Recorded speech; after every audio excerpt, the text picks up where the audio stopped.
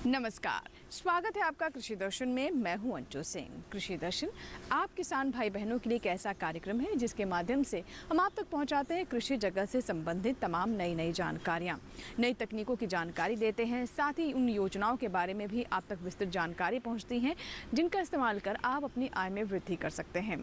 आज के कार्यक्रम में हमेशा की तरह सबसे पहले हम बात करेंगे विज्ञान और किसान की, उसके बाद नजर डालेंगे कृषि स्टार्टअप पर और अंत में देखेंगे फार्मिंग इंडिया। तो चलिए शुरुआत करते हैं आज के कृषि दर्शन की। आइए अब देखते हैं मंत्रालय से। और आइए अब आपको लेकर चलते हैं कृषि मंत्रालय में स्थित डीडी किसान के स्टूडियो, जहां पर भारत सरकार के पशुपालन एवं डेयरी विभाग के संयुक्त आयुक्त डॉक्टर भूषण त्यागी हमें जानकारी दे रहे हैं कि बदलते मौसम में कैसे पशुओं का रखरखाव किया जाए। जी हाँ, जैसा कि आप जानते हैं कि अब पारा बढ़ रहा है, तापमान में वृद्धि हो रही है, गर्मियों ने दस्तक दे दी है। इसके साथ ही पशुओं की देखभाल की भी विशेष व्यवस्था हमारे पशुपालकों को करने की आवश्यकता है ताकि वो स्वस्थ रहें और उनकी उत्पादक क्षमता बनी रहे। आइए जानते हैं इसके बारे में विस्तार से। ये बहुत ज़रूरी है कि गर्मी के मौसम में हम अपने पशुओं की अच्छी तरह से देखभाल करें, क्योंकि गर्मी के मौसम में जो जब आता है तो साथ में बहुत सारी बीमारियां भी पशुओं में आती हैं। जैसे आपने सुना होगा एफिमेरल फीवर पशुओं को हो जाता है, जिसमें 3 दिन 4 दिन लगातार बुखार से हमारा पशु पीड़ित रहता है।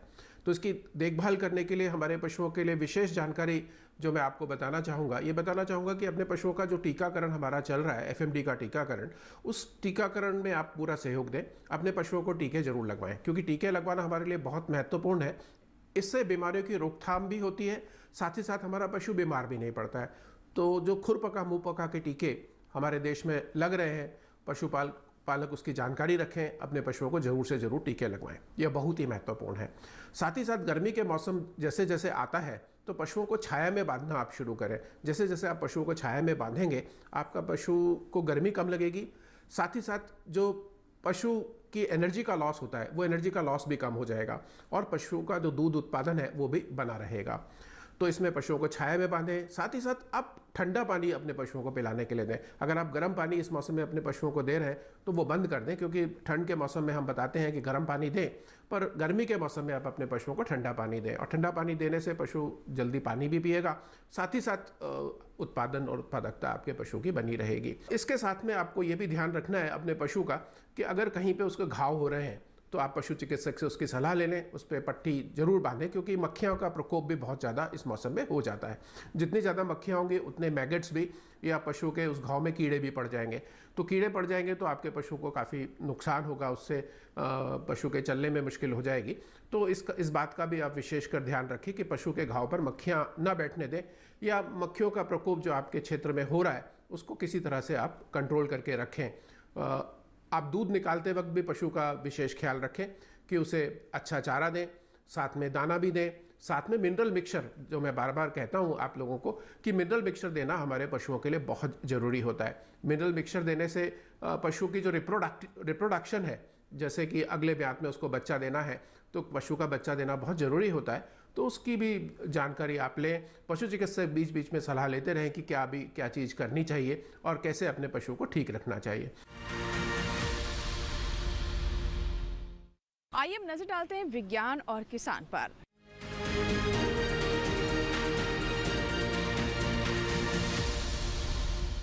विज्ञान और किसान में आज हम आपको जानकारी देंगे तुलसी की खेती के बारे में। जी हाँ, तुलसी जिसे काफ़ी शुभ माना जाता है, हमारे धार्मिक अनुष्ठानों में भी उसकी विशेषता है। इसके साथ साथ ही स्वास्थ्य के लिए तुलसी किसी वरदान से कम नहीं है। आज के दौर में जब हम बात करते हैं प्रतिरोधक क्षमता की, इम्यूनिटी को बढ़ाने की, तो ऐसे में तुलसी की उपयोगिता भी बढ़ जाती है। इसीलिए इसकी मांग भी बाजार में बनी हुई है। हमारे किसान तुलसी की खेती कर अच्छा लाभ कमा सकते हैं। आइए जानते हैं औषधीय पौधों में कैसे की जाए तुलसी की खेती। हमारे देश में तुलसी का पौराणिक महत्व है। भले ही ये तुलसी के नाम से जाना जाता हो, लेकिन इसके दूसरे भी कई नाम हैं। मिसाल के तौर पर सुलभा, ग्राम्या, पुरसा, बहुमंजरी और होली बेसिल। दुनिया भर में इसकी करीब 150 किस्में पाई जाती हैं। ऑसिमम बेसिलिकम यानी पोवई तुलसी, ऑसिमम अमेरिकनम यानी काली तुलसी, ऑसिमम ग्रेटिसिकम यानी वन तुलसी या राम तुलसी, ऑसिमम विर्डी यानी जंगली तुलसी, ऑसिमम सैंक्टम और ऑसिमम क्लीमंड्सक्रिकम इसकी कुछ प्रमुख प्रजातियां हैं। कमाल की बात तो ये है कि इसकी खेती कम उपजाऊ जमीन में भी आसानी से की जा सकती है। हाँ, खेत में पानी की निकासी का उचित इंतजाम होना जरूरी है। वैसे बलुई दोमट मिट्टी इसके लिए बहुत उपयुक्त है। ये उष्णकटिबंधीय या उपोष्णकटिबंधीय दोनों तरह की जलवायु में हो जाती है। खेती 2 चरणों में होती है। पहले बीज बोकर नर्सरी तैयार करेंगे और फिर रोपाई। बुआई के लिए जमीन जून के दूसरे हफ्ते तक तैयार हो जानी चाहिए। जमीन तैयार करने के लिए 15 से 20 सेंटीमीटर गहरी जुताई करेंगे और फिर 15 टन प्रति हेक्टेयर की दर से गोबर की सड़ी खाद मिट्टी में अच्छी तरह मिला लेंगे। सतह से उभरी हुई 1 मीटर लंबी और इतने ही मीटर चौड़ी क्यारियां बना लेंगे। 1 हेक्टेयर खेत के लिए 750 ग्राम से 1 किलो बीज, 20 किलो फास्फोरस और 20 किलो पोटाश की जरूरत होगी। इसका बीज सीधे नहीं बोना है, बल्कि रेत या बालू में मिलाकर बुआई करनी है। बीज कतारों में बोने हैं। एक कतार से दूसरी कतार की दूरी 8 से 10 सेंटीमीटर रखनी है। बीज को ज्यादा गहरा नहीं बोना है। जमाव के 15 से 20 दिन बाद 20 किलो प्रति हेक्टेयर की दर से नाइट्रोजन डाल देने से अच्छी पैदावार होती है। 5-6 हफ्तों में पौध रोपाई के लिए तैयार हो जाएगी। रोपाई मौसम साफ रहने पर दोपहर के बाद ही करें और कतार से कतार की दूरी 60 सेंटीमीटर जबकि पौध से पौध की 30 सेंटीमीटर रखें। चूंकि ये बरसात की फसल है, इसीलिए अगर ठीक ठाक बारिश होती रहे तो सितंबर तक कोई सिंचाई नहीं करनी पड़ती। उसके बाद जरूरत के हिसाब से पानी देते रहना है। रोपाई के 1 माह बाद पहली निराई गुड़ाई करनी है और निराई गुड़ाई के 3-4 हफ्तों बाद दूसरी। खेत अगर बड़ा है तो ये काम ट्रैक्टर से भी किया जा सकता है। तुलसी के लिए 15 टन प्रति हेक्टेयर के हिसाब से गोबर की खाद रोपाई से पहले डालनी है। इसके अलावा 75 से 80 किलो नाइट्रोजन, 40 ग्राम फास्फोरस और 40 किलो पोटाश की जरूरत होगी। रोपाई से पहले फास्फोरस और पोटाश की पूरी मात्रा जबकि नाइट्रोजन की 1/3 मात्रा देनी है। बाकी नाइट्रोजन 2 बार में खड़ी फसल में देना है। रोपाई के 10 से 12 हफ्ते बाद तुलसी कटाई के लिए तैयार हो जाती है। ये वो समय है जब पौधे में पूरी तरह से फूल आ जाते हैं और नीचे के पत्ते पीले पड़ने लगते हैं। इस तरह 1 हेक्टेयर फसल से 20 से 25 टन पैदावार ली जा सकती है, जिसमें 80 से 100 लीटर तेल निकल आता है।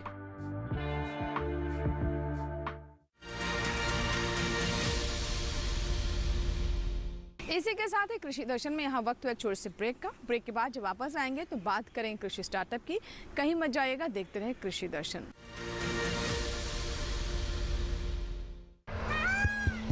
सुनिए सुनिए सुनिए, आपके गांव में फिर सजेगा प्रश्न मंच।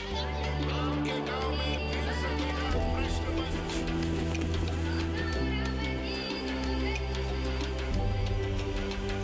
मिट्टी, मौसम, बीज, फसल, किसान को मिलेगी यहाँ हर सरकारी स्कीम की जानकारी। जो करके आएगा पूरी तैयारी, प्रश्न का उत्तर देकर बनेगा इनामधारी। मंच है तैयार, प्रश्न है तैयार और आप? मैं भी हूँ तैयार। मैं हूँ तैयार। हाँ, मैं भी हूँ तैयार। मैं भी तैयार हूँ। किसान प्रश्न मंच में आपका स्वागत। किसान प्रश्न मंच सीजन 2 हर रविवार रात 8:30 बजे डीडी किसान पर।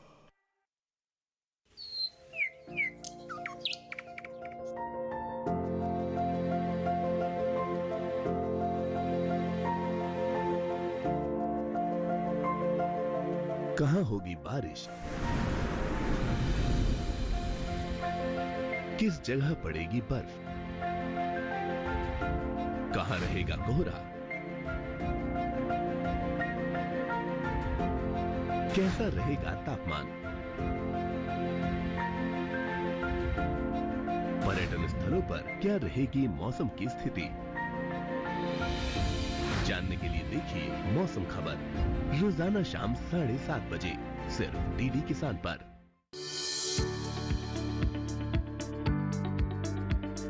कृषि और पशुपालन है एक दूसरे के पूरक। घर आंगन से लेकर व्यावसायिक फार्म तक, मुर्गी पालन से लेकर रेगिस्तान के जहाज तक। बीमारियों से अब पशुपालक ना हो परेशान। विशेषज्ञ करेंगे आपकी समस्या का समाधान। जुड़िए हमसे, पूछिए अपने सवाल। ईमेल के जरिए भी आप हमारे साथ जुड़ सकते हैं। हमारी ईमेल आईडी है ddkisanapc@gmail.com। हमारे टोल फ्री नंबर हैं 1800-113060 और 1800-113061। देखिए अपना पशु चिकित्सक हर रविवार शाम 6:30 बजे दूरदर्शन किसान चैनल पर। ब्रेक के बाद एक बार फिर आपका स्वागत है। आप देख रहे हैं कृषि दर्शन। आइए अब नजर डालते हैं कृषि स्टार्टअप पर, जिसमें हम आपको उन किसानों के बारे में जानकारी देते हैं जो कि कृषि के क्षेत्र में नवाचार को अपना रहे हैं, नई तकनीक को अपना रहे हैं और बन रहे हैं सफल किसान।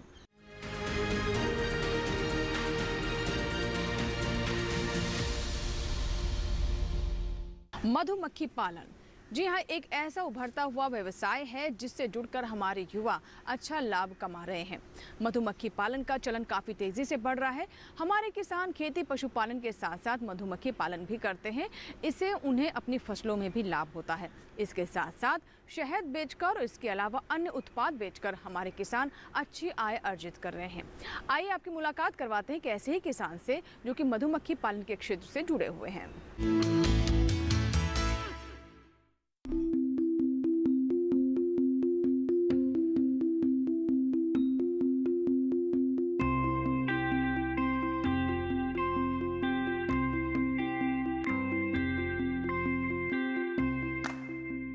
मधुमक्खी पालन करने से किसानों के लाभ का दायरा बढ़ रहा है।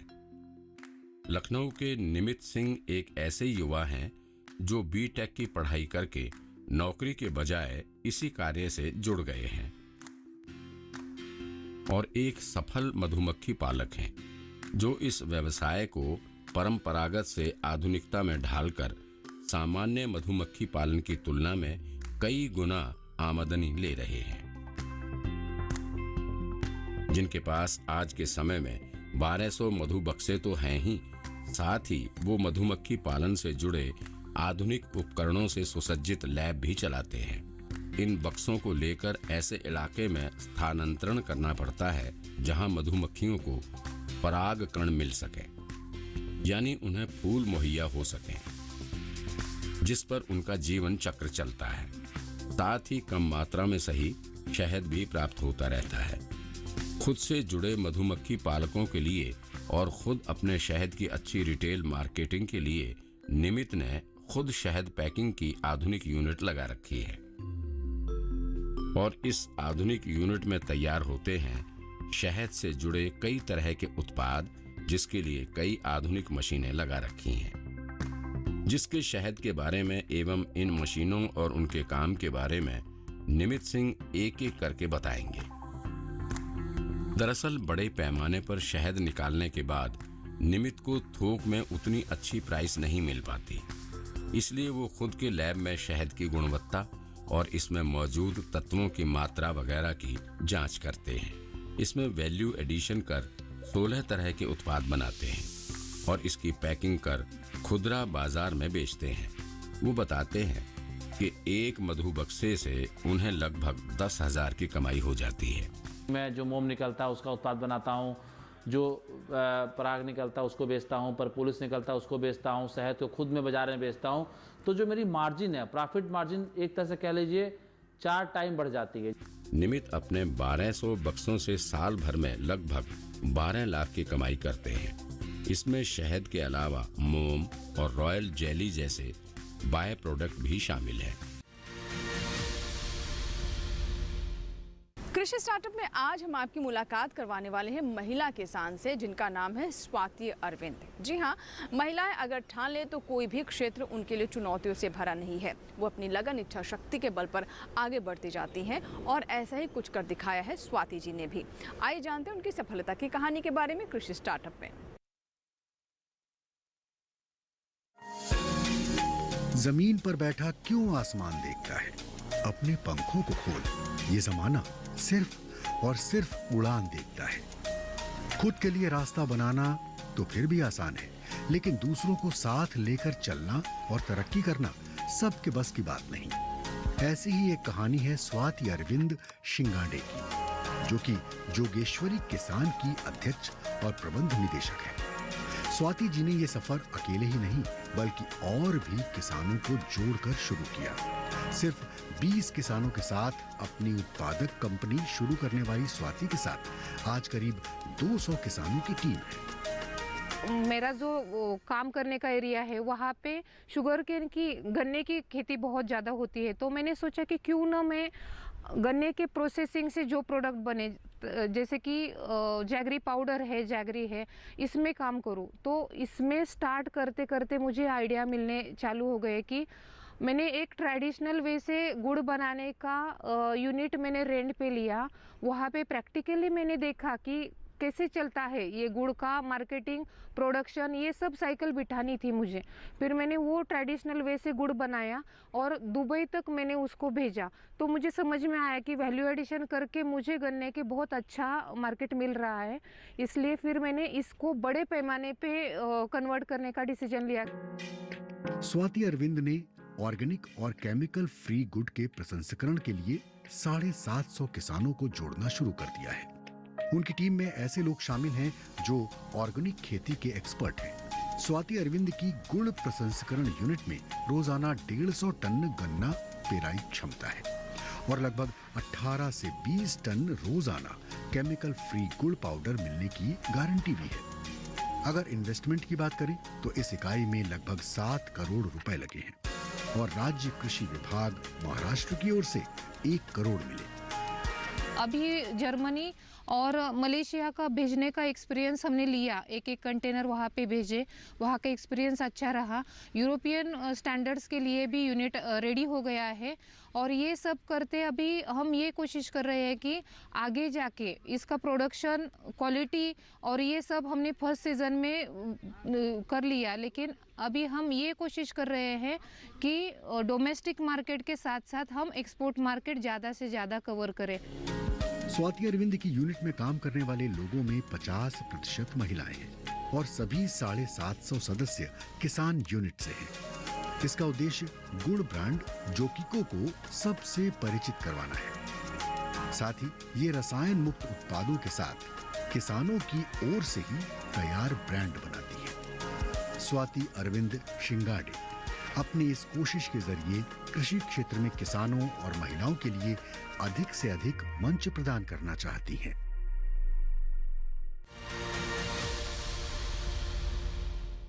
इसी के साथ ही कृषि दर्शन में यहाँ वक्त एक छोटे से ब्रेक का। ब्रेक के बाद जब वापस आएंगे तो बात करेंगे फार्मिंग इंडिया की। कहीं मत जाएगा, देखते रहें कृषि दर्शन।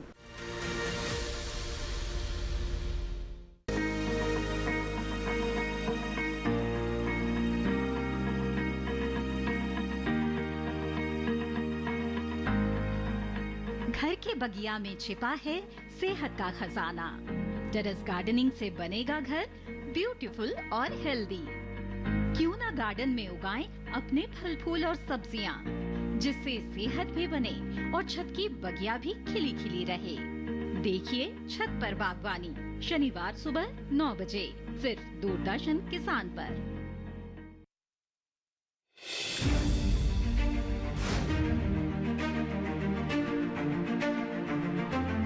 फसलों के भाव से लेकर उनकी आवक तक, पैदावार से लेकर बुआई के क्षेत्रफल तक, आयात से लेकर निर्यात तक,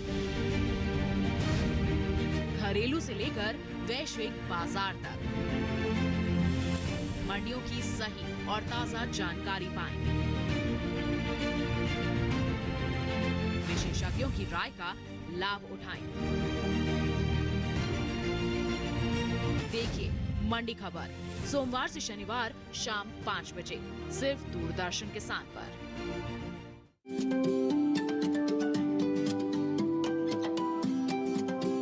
जब बात अच्छी सेहत की हो, किसी तरीके की लापरवाही नहीं करो, किसी तरीके का समझौता ना करो। ना बरतें लापरवाही, लक्षणों को पहचानें और लें डॉक्टर की सलाह। चाहे बीमारी दिल की हो, दांतों की हो या दिमाग की हो, खुद से इलाज ना करें, खुद से कोई भी दवाई ना खाएं, डॉक्टर के पास जाएं, अपनी जांच कराएं और अपना पूरा इलाज करवाएं और अपना ख्याल रखें। कार्यक्रम जो देगा सलाह भी, मार्गदर्शन भी। मोबाइल उठाएं, नंबर मिलाएं 1800-113060 या 1800-113061।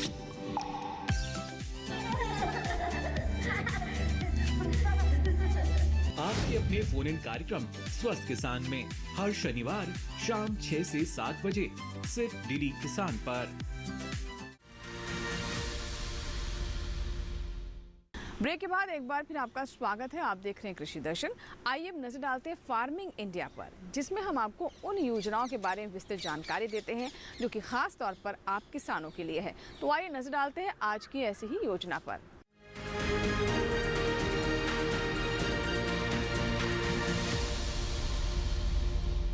फार्मिंग इंडिया में आज हम आपको बताएंगे कृषि सखी के बारे में। जी हाँ, महिलाओं को अब ट्रेनिंग दी जा रही है कि वो गांव-गांव जाएं और बताएं कि कैसे प्राकृतिक खेती से जुड़कर हमारे पर्यावरण को बेहतर किया जा सकता है और इसके अलावा आप अच्छी आय भी प्राप्त कर सकते हैं। इन महिलाओं को एक कड़ी बनाया जा रहा है। महिलाओं को सशक्त करके साथ ही साथ महिलाओं में आत्मविश्वास पैदा करने का भी प्रयास है। आइए जानते हैं कृषि सखी के बारे में। ग्रामीण भारत के हृदय में एक मूक क्रांति जड़ें जमा रही है। स्थायी कृषि परिवर्तन के पीछे प्रेरक शक्ति कृषि सखियों से मिले। ये पहल कृषि और किसान कल्याण मंत्रालय और ग्रामीण विकास मंत्रालय के संयुक्त नेतृत्व में 70,000 कृषि सखियों को प्राकृतिक खेती पर प्रशिक्षित करने और कार्यान्वयन के लिए उन्हें मैनेज हैदराबाद द्वारा पैरा विस्तार कार्यकर्ता के रूप में प्रमाणित करने के लिए है। ये कृषि के भविष्य को आकार देने वाले परिवर्तन और सशक्तिकरण की कहानी है। कृषि सखी SRLM द्वारा पहचाने गए गांव की महिला है। उनको प्रशिक्षित ग्रामीण कृषि सेवाओं में अंतर को पाटने के लिए प्रशिक्षित किया जाता है। स्थानीय होने के नाते स्थानीय भाषा, संस्कृति, प्रथाओं और किसानों की समस्या को अच्छे से समझती और जानती हैं। कृषि सखियां, जिनमें से अधिकांश किसान स्वयं बेहतर समझते हैं और अपने दोस्तों, परिवारों, गांव को अधिक भरोसेमंद तरीके से समझाने में लाभप्रद स्थिति में हैं। कृषि सखियां सिर्फ कृषि मार्गदर्शक नहीं हैं, वे किसान हैं, किसानों के मित्र हैं, सामुदायिक संसाधन हैं और जागरूकता पैदा करने वाले हैं, जो प्रौद्योगिकी प्रसार के लिए अनुसंधान संस्थानों के नवाचार को जमीनी स्तर से जोड़ रही हैं। राज्य कृषि विश्वविद्यालय KVK SRLM में 5 दिवसीय गहन प्रशिक्षण कार्यक्रम में इन कृषि सखी को सफल प्राकृतिक खेती करने वाले किसान मास्टर प्रशिक्षकों द्वारा प्रशिक्षित किया जाता है। कृषि सखियों को जागरूकता पोस्टर, अध्ययन सामग्री और व्यवहारिक शिक्षण उपकरण प्राप्त होते हैं। कक्षा में सैद्धांतिक ज्ञान को क्षेत्र प्रदर्शनों और एक्सपोजर विजिट्स द्वारा पूरक किया जाता है। पूरा होने पर कृषि सखियों का उनके ज्ञान और कौशल के लिए मूल्यांकन किया जाता है और उन्हें पैरा विस्तार कार्यकर्ता के रूप में प्रमाणित किया जाता है।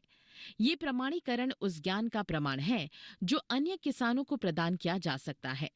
प्रमाणित कृषि सखियां किसानों की जागरूकता और क्षमता निर्माण के लिए पैरा विस्तार कार्यकर्ता, सामुदायिक संसाधन बन जाती हैं और किसानों, KVK कृषि और संबंध विभागों के बीच एक कड़ी के रूप में कार्य करती हैं। कृषि पारिस्थितिकी, प्राकृतिक संसाधन प्रबंधन, फसल विविधता, स्वास्थ्य और पोषण सुरक्षा पर ज्ञान से सुसज्जित वे अपने गांव में टिकाऊ खेती की रीढ़ बन जाती हैं। कृषि सखियां NMNF जैव संसाधन केंद्र, PMFBY और कई अन्य योजनाओं को लागू करने में महत्वपूर्ण भूमिका निभाती हैं और किसानों को इन पहलों के लाभों तक पहुंचने के लिए मार्गदर्शन करती हैं। परिवर्तन के क्षेत्र में कृषि सखियां प्रगति के बीज हैं, जो टिकाऊ कृषि के भविष्य का पोषण करती हैं। ग्रामीण भारत को नया आकार देने वाली इन असाधारण महिलाओं का जश्न मनाने में हमारे साथ शामिल हों। तो ये था हमारा आज का फार्मिंग इंडिया, जिसमें आपने जाना कृषि सखी के बारे में। आशा करते हैं कि आज का कृषि दर्शन आपको ज़रूर पसंद आया होगा। अगर आपके कोई सुझाव है, कोई फीडबैक है या फिर कोई सवाल है तो आप हमें ईमेल कर सकते हैं, हमें पत्र भी लिख सकते हैं। हमारा ईमेल ID है krishidarshan@ddk.gmail.com। पत्र लिखने के लिए हमारा पता नोट कर लें। कृषि दर्शन, कमरा नंबर 58 CPC, दूरदर्शन, खेलगांव, नई दिल्ली 110049। कृषि दर्शन आपका अपना कार्यक्रम है। अपने सुझाव, अपना फीडबैक, अपने सवाल हमें ज़रूर भेजें, इससे हमें और कार्यक्रम को बेहतर करने में मदद मिलती है। चलते चलते एक और जानकारी दे दें आपको कि कृषि दर्शन आप हमारे YouTube चैनल पर भी देख सकते हैं। इसके लिए टेलीविजन स्क्रीन पर दिखाए जा रहे इस QR कोड को स्कैन करें और YouTube पर भी देखें कृषि दर्शन। कृषि दर्शन के नए अंक में नई जानकारियों के साथ फिर होगी आपसे मुलाकात। तब तक के लिए दीजिए इजाजत। नमस्कार।